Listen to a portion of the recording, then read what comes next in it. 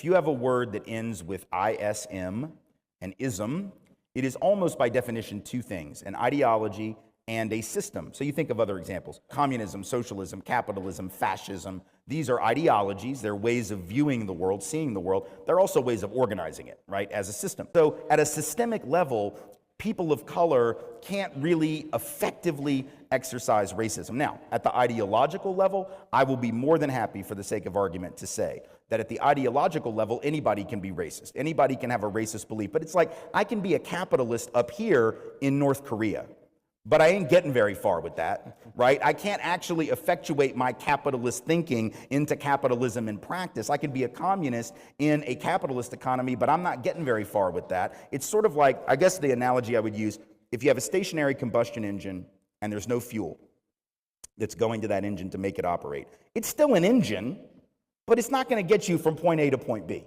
Once you add the fuel to it is when it's operational. And so the fuel is equivalent to power.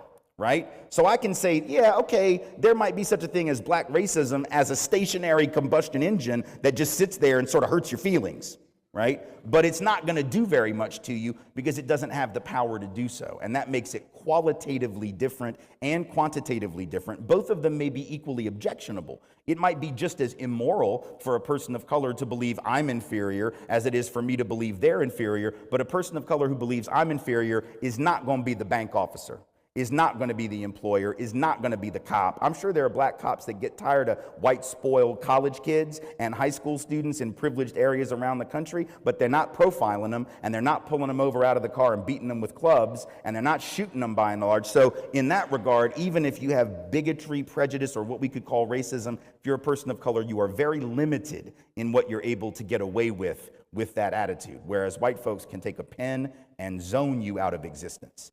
Right, and bring in a bulldozer to knock down your house.